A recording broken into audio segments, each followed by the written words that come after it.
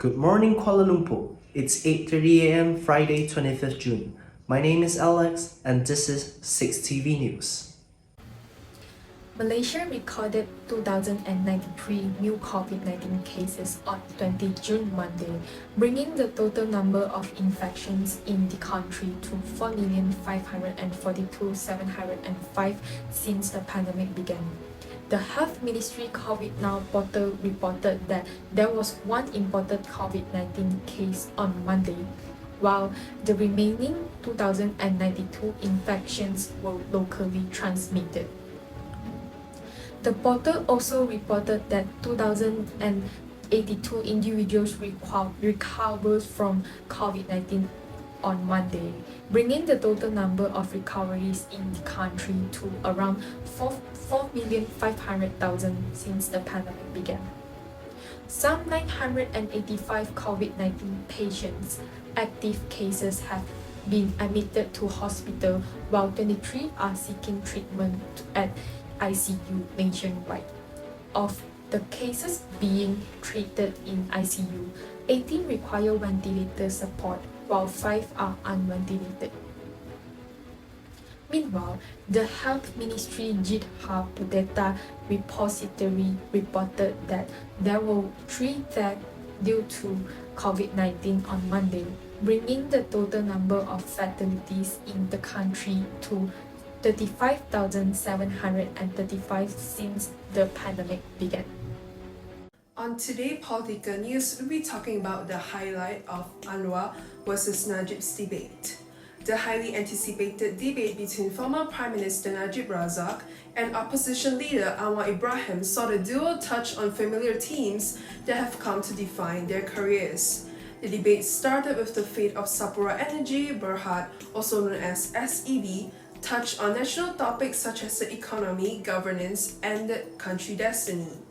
Najib discussed why SEB needs to be saved from bankruptcy and his plan to do it, including obtaining a significant interest in SEB from the state oil giant Petronas. He claimed that SEB had 7 billion in contracts and that its share price would rise. Petronas will be able to sell its share for a profit if it delivers on these contracts. Meanwhile, Anwar stressed the need of first getting SEB House in order and asked for a forensic assessment of the oil and gas services firm. He also mentioned the compensation of SEB former CEO Shahrul Samsudin. Najib said that if Sapura went bankrupt, people would suffer and thousands of jobs would be lost. Anwar stated that the problem was not about saving Sapura or not. He advised to investigate the issue and conduct a forensic audit first. Residents were shocked when uncommon hailstones rained down around Kuala Lumpur on January 24. Sinar Harian reported that the phenomenon occurred at locations including UK Perdana and Wangsa Maju about 5 p.m. This phenomenon went viral on social media with internet users sharing their own experiences witnessing the hail. Actor Adam Corey Abdullah said this was the first time he had experienced such a phenomenon in his lifetime in a Facebook post. He said, "It was raining heavily along with loud noises. He went out to check and saw pieces of ice on the floor." The Malaysian Meteorological Department said that hailstones are clumps of ice produced during thunderstorms. Hailstorms that take place when the clumps of ice drop to the ground without melting.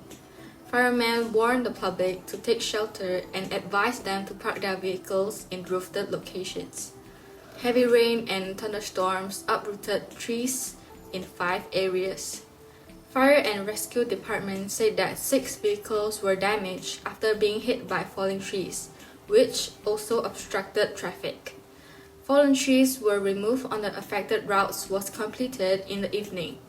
Firemen from the Wangsa Maju Gombak Selatan, Keramat and Setapak stations were involved to clear the fallen trees. Now onto the weather reports.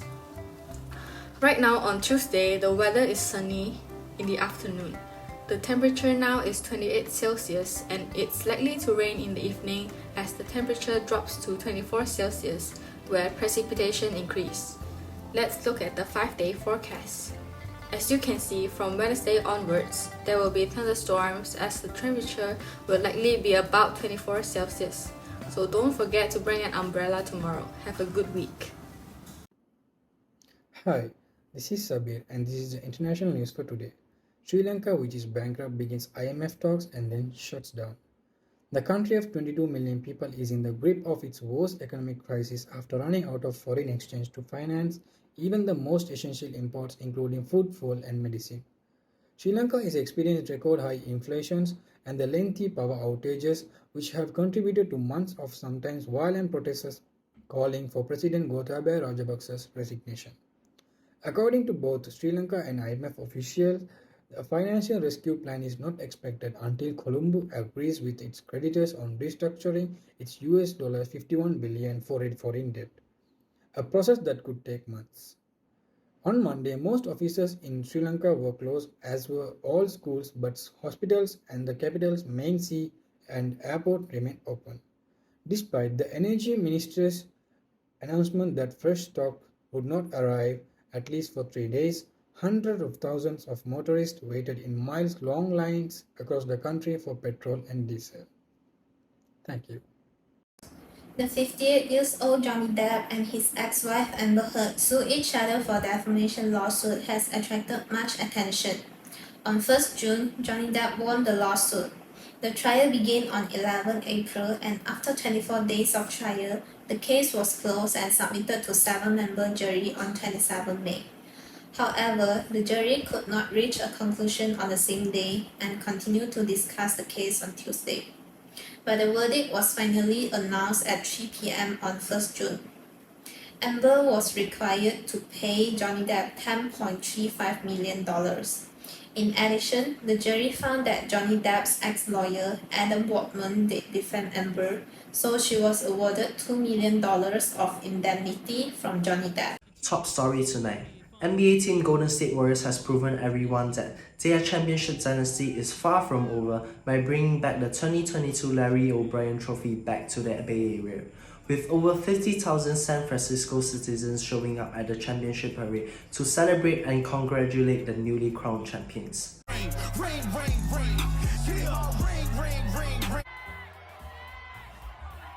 Moving on to Formula 1. Mercedes F1 team is making a steady comeback on the Constructors' Championship despite devastating results for the past 3 races, with Sir Lewis Hamilton back on the podium at the Canadian Grand Prix in Montreal. The former 7-time world champion believes that the team can bounce back from adversity. Red Bull Racing principal Christian Horner expresses no concern on Mercedes' bounce back by stating that it is still far too early in the season to determine who will win it all at the end. That's all for today, and thank you for tuning in 6TV News.